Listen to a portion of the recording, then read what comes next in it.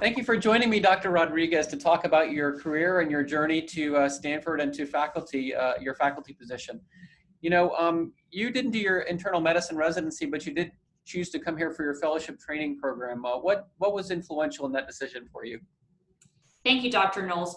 When I was looking for a fellowship program, I was really looking for a place where I could become a very, very good clinical cardiologist, and that was really important to me as a general cardiologist and a preventive cardiologist. But secondly, I knew I wanted to pursue a career in academic medicine, focusing on prevention, research, and health disparities. So I wanted a place that would prepare me to be a leader in academic cardiology, so that the mentorship here and the pool of resources throughout different departments and the university setting really motivated me to come here. Thank you. And then when you were here, talk to us a little bit about your general fellowship experience clinically. This is a wonderful fellowship, and I think when I interviewed in person, which unfortunately many of you will not have that opportunity, I was immediately able to see what a collegial place this was to train in terms of your peers. You spend a lot of time with your peers. This is true in residency, it's true in fellowship. So I immediately knew it would be a good fit, felt like a family. Clinically, this is a very strong program. We spent a lot of time when I was a fellow in the cath lab, in the EP lab, and learning all about the different aspects of cardiology. And again, I knew I was going to focus on general cardiology, so it was important to get a good overview of all aspects of cardiology. We also had dedicated time, basically our entire third year, to really focus on research and to focus on developing grants as a postdoctoral fellow. You obviously excelled as a clinical fellow, and you were one of our chief fellows a few years ago. Tell us a little bit about the ownership that the fellows take in terms of educating themselves and educating other fellows. I think this is a place that has a really nice balance between autonomy and supervision as needed. So I think the fellows have a lot of autonomy to guide their education, but also patient care with the appropriate supervision. And I really felt like the clinical volume was excellent. The diversity of patients that we see in the clinical setting, both at the Stanford Hospital as well as the VA, is very notable. And the experiences you get from working with different leaders across the different disciplines is unique.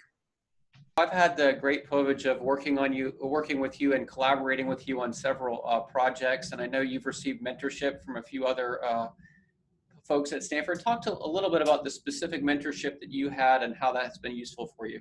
My advice is to all of my mentees and trainees, I think you really need a mentorship team, and Stanford is really the place to do that.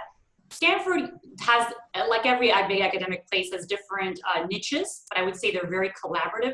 So again, I'm an epidemiologist, health disparities researcher, but I collaborate with you.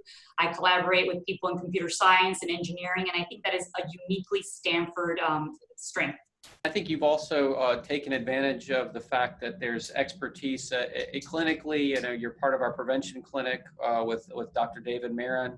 I know you've received a lot of advice over the years with Bob Harrington, who was your clinical supervisor when you were a general fellow.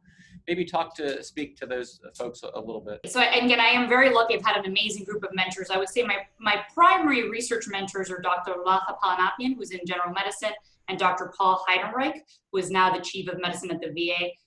Excellent complementary mentors with both technical skill sets, but also clinical skills, and asking questions that are clinically relevant and important. Bob Harrington, who's our chair of medicine, is one of my main mentors, and I meet with him at least monthly to outline my career goals and next steps as I look into the future of academic medicine and as I transition more into leadership roles and as a mentor myself. Yeah, and I think they've done a great job in helping you launch not only here at Stanford, but also nationally. You've gotten a national reputation in organizations like the AHA, et cetera. Talk about your professional development in that regard. Right, so I think part of your mentorship team is not only to help you with the day-to-day activities of your research activities, but also to put you on a national and sometimes international field just to be known widely. And Dr. Harrington certainly does that for me in the American Heart Association. I'm on the Scientific Advisory Committee, as an early career faculty. That's terrific, and many other leadership positions through the American Heart Association with our current clinical chief, Dr. Eldrin Lewis. And the same is true for my other mentors, such as Latha Palanapian and Paul Heidenreich and David Marin, who, as we know, is one of the leaders in the field of preventive cardiology. Yeah, tell us a little bit about your research, which is incredibly relevant at the current time. Research really focuses on understanding and improving the care for underserved populations in terms of cardiovascular prevention. One of the reasons I went into cardiology is because we have great therapies and great treatments that are often very cheap and widely available, yet we still don't do it. We still don't adhere to the most simple guidelines. And this is disproportionately the case for underrepresented patients who may not have access to the type of resources that other patients do. So I'm really passionate about increasing guideline adherence and increasing guideline appropriate care for all patients. At Stanford, I've been able to focus on improving risk predictions using both big data approaches and also digital health tools to try to increase access to patients who may not otherwise have this, such as our telemedicine program at Stanford Cardiology, which is called CardioClick, and now as part of an American Heart Association Strategic Focus Research Network award, using digital health to improve blood pressure control for rideshare drivers, which is an interesting and growing underserved population, as well as patients in an urban underserved area in the Northeast. That's one of the things I've really admired about your career so far is you not only make observations, you're also trying to do interventions. Tell us a little bit about, taking that next step, not just showing there is a disparity, but also showing how we're going to improve those disparities. Thank you, Josh. And this is something you and I speak about a lot, is that, I think especially for prevention, we've documented barriers to care, we've documented inequities, but I think the next step, which is often the harder step, is how do we implement strategies that work, that are sustainable, and that are low cost enough that can be applied to a variety of settings. And again, I think that's something that is a strength of Stanford, because we have very smart collaborators in the health tech sector that are willing to provide us with the tools to do this, and we collaborate on projects like the project I just described from the American Heart Association. Here we're working, as you know, with trying to develop EHR-based solutions to try to get our patients to take guideline-directed statins, and to perhaps use existing data that's already in the EHR to diagnose coronary artery disease earlier. Yeah, and I think the murder of George Floyd and others, has really highlighted some of the issues with systemic racism. It's certainly something that you were aware of for your research, not only on underserved population, but also your passion to improve cardiovascular care in the Latinx community. Talk a little bit about how Stanford can help change this and lead the way in this frontier. So this is a very important part of, I think, my role as a faculty member at Stanford. So I am part of a Department of Medicine-wide Inclusion and Diversity Committee, where we look across the Department of Medicine and think of how we can not only improve recruitment of diverse faculty and trainees, but also retain them and make people feel included. And I think even since I've been here as a fellow, there's a lot of work to be done, but things are changing. And I think, as you mentioned, we've really highlighted successes in this area, but a lot more work needs to be done.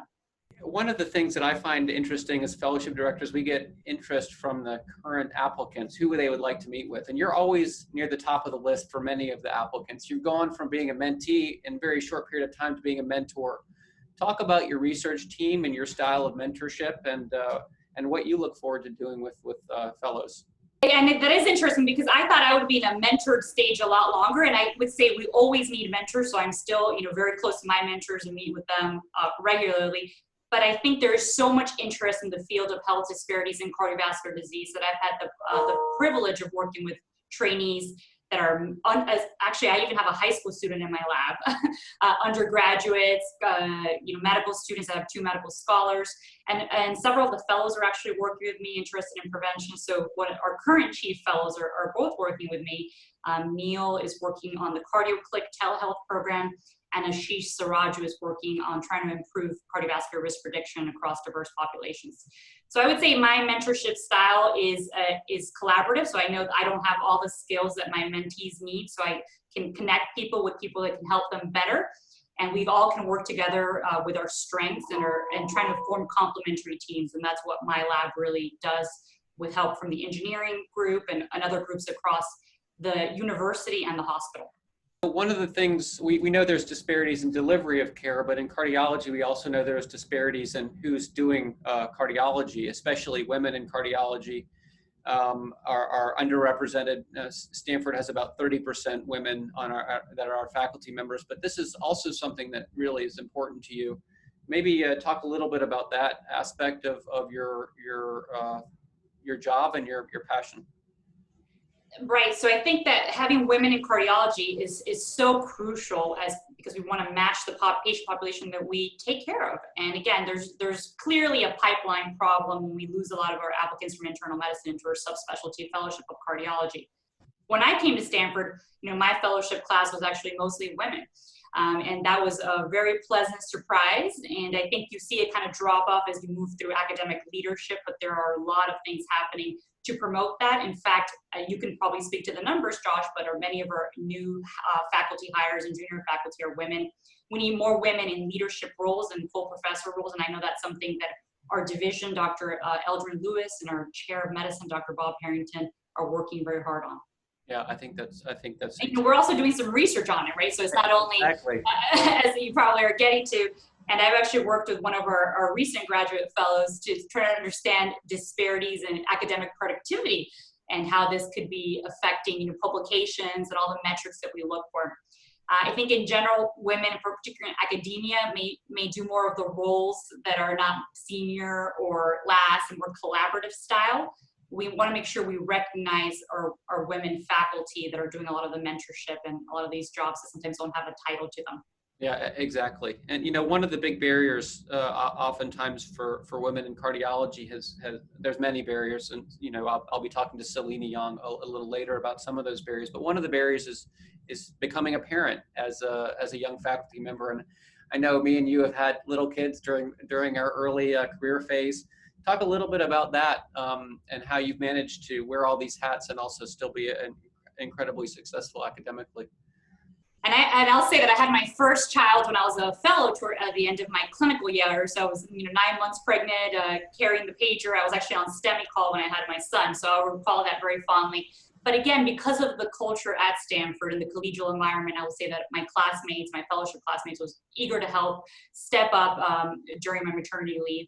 Then I had my second child as a faculty member, which I will say is better. But I got the advice that it's always a good time. It's never a bad time. It's never an ideal time. But, it is changing and things are happening, I know, with your leadership to try to make it part of the culture that people have children. We're in kind of a stage in our lives where people are having children. We want to make it easy for them to be successful, meet their child care needs, especially during this pandemic and other challenges that come up along the way.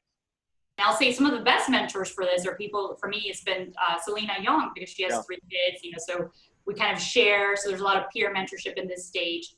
And as we get more women in the profession, I think it'll be part of the culture again for us to talk about it. And again, there's not such a thing as a balance. It's really integration. How do we make it work?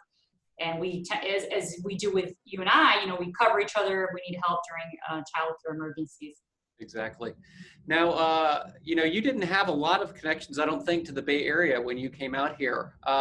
We have sometimes people have a trepidation about moving west. Maybe speak to that a little bit. And so I had absolutely no ties to the West Coast. Our family, my husband and I, are all on the East Coast. And we kind of joke that's one of the reasons we came here. Hopefully they won't see this video. But, I think that it was really based on the program. And I think this program really drew me because I knew that it was very likely that I would stay where I did my fellowship. And I wanted to go somewhere where I felt I would be successful transitioning into a junior faculty position. And I think this was the place for both myself and also for my husband, who is in the pediatrics department. Yeah, and he's also a fantastic addition to our faculty at Packard. So is there anything else that I've left out that you'd like to say? So I would tell everybody, I know it's far from the East Coast where I came from, and there's wonderful programs all over the country, but Stanford is really a very special place, and it's worth considering, especially since you don't have to fly all the way out here now to interview. So we really encourage all of you to apply and reach out to faculty individually if you have questions. We're always happy to speak to prospective applicants, because we know that many of you will be our colleagues, and we look forward to educating you and mentoring you and learning from you as well. Thank you. That was really great. Thank you so much, Dr. Rodriguez. Thank you, Josh. The preceding program is copyrighted by the Board of Trustees of the Leland Stanford Junior University. Please visit us at med.stanford.edu.